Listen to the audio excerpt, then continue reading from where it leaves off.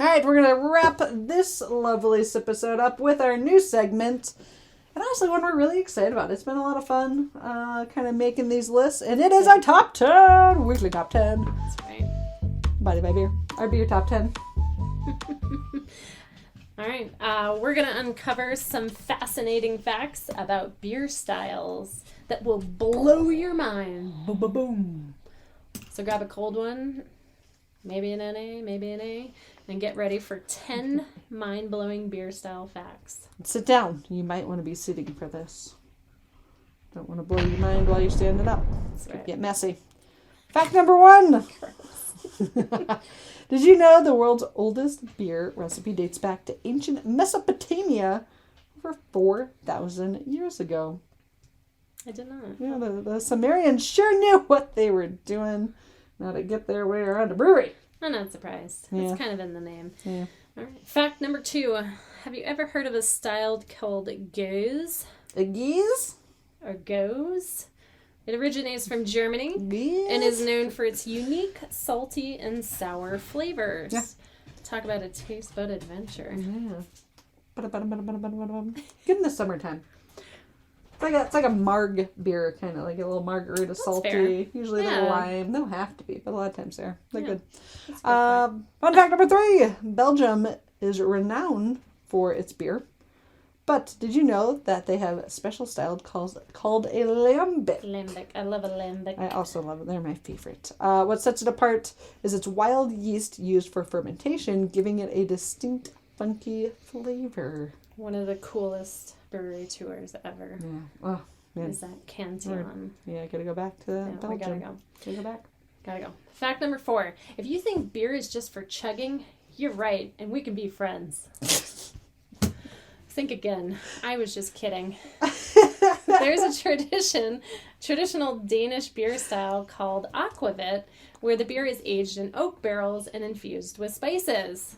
It's a sipping experience. It's for Might sipping. not want to chug that one. It's a sipper. Yeah, kind of with like the lambics. Usually sours aren't chuggers either. Give me heartburn about chugging. Yeah, eventually. But gotta love them.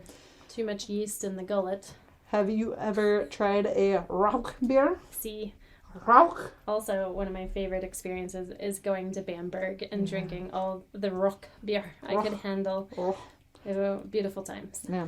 Yeah, that's a great area that kind of like It's kind of where made it started. Yeah, and the malts, like it has Yeah. smoky malts that give it a smoky flavor. Oh, sorry. The malts dried open over flames, and it's like sipping on a campfire in your glass. They are really good. I feel like a lot of beers when we go over to like these older areas that like these styles come from. Mm-hmm. In the U.S., we just like overdo it. And it's just like way too big Or bold look of past. flavors. Yeah. And so then when you get there and you're like, oh, this is where these styles came from, they're so much more mild and well balanced. Yeah. And like, It's like they've been doing it. it's for like they've a been doing it and they're long not just time. like, well, it says smoky, so it's got to be smoky. Like there's like hints of it and it's actually very palatable instead of like drinking a glass of liquid jerky. Yes. Agree. So Agree, that was, agree. I was hesitant when you brought back all of the beers and they were all fantastic. Oh and my they didn't God. even have to be cold. They were great. No. Yeah. Like that. They stood the test of train travel, air travel, boat travel in my head. Anyway, Yeah. good stuff. All right. Good stuff. Fact 6. number 6. We all know about IPAs. What? Just kidding. But What are have you those? heard of black IPAs?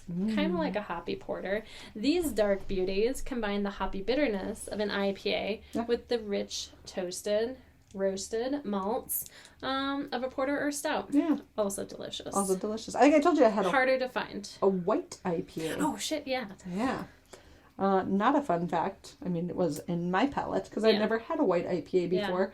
It was a hazy white IPA, and it basically had the yeast of like a Belgian white, that like really orangey, not like as much banana, but really orange like flavor that the whites, the Belgian whites have. And think of like White Rascal, great example case. Yeah. But then you got like some of the mango and the fruitiness from the hazy. It was a little too much on the Belgian flavor for me, or not enough on like the other hazy flavors. But Yeah. it was right there. It needed a little tweaking, but I've never had I would anything love like to it. It try was great. that. Like a hoppy wit beer. Yeah, it's like a hoppy whip beer. It was good. That was in... Where were you at? Colorado Springs. Goat Patch. Goat Patch Brewery. Yeah. That's a cool name. Yeah, it was cool. It was a great little place. That was just really unique. I can't tell you the last time I sat down and had a beer that I was like, holy crap, I've never had anything like this before. That's so cool. It's been a minute. That's super cool. So, super cool. From what I can tell, they didn't really have anything to go unless you had a growler, which we did not have one on us, so. Fair.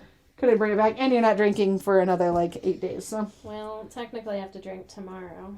And tonight. And tonight. Training. Cicerone! Anyways, right. Okay. Number 7. Do you love coffee?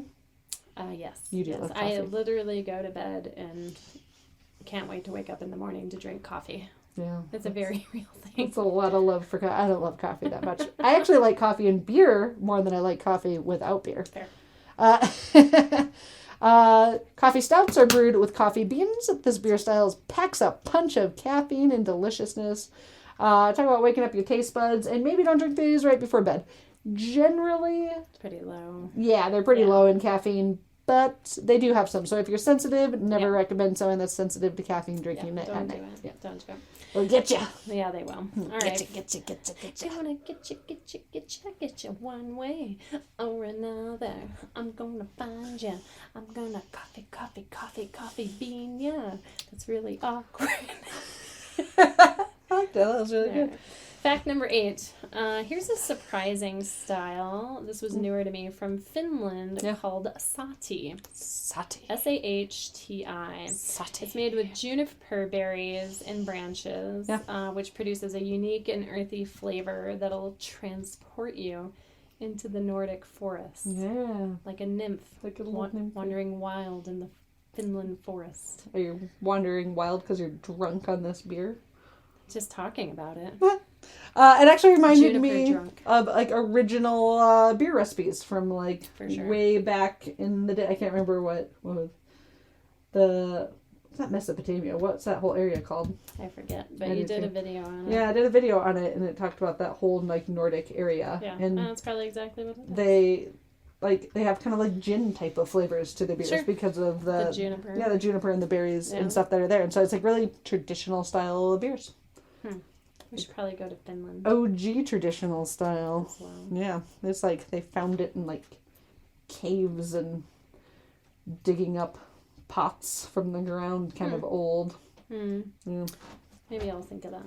What you said in that video. I don't remember either. That's all right. Get ready to pucker up for fun fact number 9, which is a Berliner Weiss, which originated in Germany, and the style is known for its refreshing tartness. A little bit more tart than the Gose. Yeah. The Gose. Less tart than the Lambic, so it's going to be a little bit more in between. Somewhere in the middle. Yeah, and what's kind of unique about these is they actually flavor them with different syrups. Next to the left of me. Gose to the right. Stuck in the middle with Berliner Weiss. That was really good. Thank you, Steelers Wheel. It's like a child story.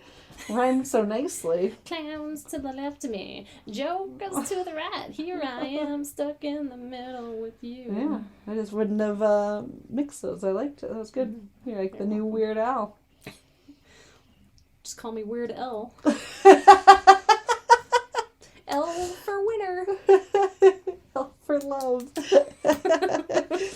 So yeah, putting little syrups, little flavors. It's kind of like a lot of times sours will have a table base, and then they'll brew a big batch, and then they'll barrel age some, or they'll throw raspberries or cherries or all these other flavors in them. But the base is a little bit, not necessarily more bland, but you're going to just kind of get really basic flavors. More of the complexities of the yeast that are coming in, because those don't get masked by the fruits and whatnot. That's kind of what those are, but they put syrups in them instead of aging them with fruit. Exactly. Yeah. This one often reminds me of homesteading, where oftentimes my mom, my grandma, my sister in the kitchen making jams, and then the guys were like, what are we going to do with these jams? What are we going to do with these extra fruits? Maybe they don't want to give them all up to make them out of jams, and they're like, oh, we can make this Berliner Weiss out of it. There you go. That's kind of how I see it. I'll work on that story, because I feel like it could be more visually appealing. I've got this beer. Yeah, I got we this happen beer. to have all these jams. I want some more flavor in it. Probably made it more desserty.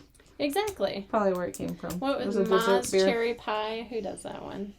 Crooked Stay. No, I don't Yeah, remember. actually, I think that is right. Yeah. Anyway. Anywho, last but not least, fact number 10. We have the sake beer from Japan, combining the flavors of rice wine and beer. Another, probably, we've got one, we've got two, let's put it into one. Yeah. It really transports you on a journey for sure. And it's from the land of the rising sun, which is Japan. Like you gave Rice, yourself that one and on beer. purpose. Rice, so wine, and you beer. could Well, say I it. was like, why did they call it the land of the rising sun? No, I didn't. And poor summary is basically when the Chinese would look to the east, they said that it looked like the sun was rising out of Japan, so the land of the rising sun. And I think the natives call it like Nahuni or something. That's like a really botched English translation, but basically means where the sun rises. Cool. Yeah. Little Triple fun fact. Yeah, sneaky fun fact in there. You didn't know. Sneaky. It was samurai. It was a little ninja fact. Ooh. Maybe that's too much. No, that is perfect. All right. I like it. So yeah, top 10 done. Thank you guys for watching this week's episode. That's right. Hopefully you enjoyed it. We had a great time writing it. We had a great time drinking beer and talking to you about it because it's fun. That's right. So yeah, hopefully you enjoyed the Body by Beer podcast and keep watching, keep hanging out with us. You can catch new episodes every single Wednesday. Our lovely editor, Sam, throw a picture of yourself in, give a wave if you want to. He is fantastic. Don't put a bag on your head. Does a lot of cool programs and like trivia and bingo and a bunch of fun shit around Denver area. Yep. Should Have Been Drink is his other company. It's a great time. He's a lot of fun. And check us out. We're on Apple, YouTube, Spotify, so we can get the podcast. And then in addition, follow us on all the social medias at Body by Beer Podcast. That's right. Simple, easy. Same across all. If you're looking for ways to support the podcast, we're happy to announce that our merch page is up. Link is in the description below. Make sure to go check it out. Because we're really excited to be here and make some super fun, incredible memories with you. And make sure to come back and join us next week on the Body by Beer podcast, where we will continue to explore some fascinating tales from around the world of beer. And dance for you. That's all I got for dancing. We super appreciate you stopping by. Remember, if you have any suggestions, comments, leave them in the comments below. Enjoy the rest of your week. Pooh! I'm on Bergen.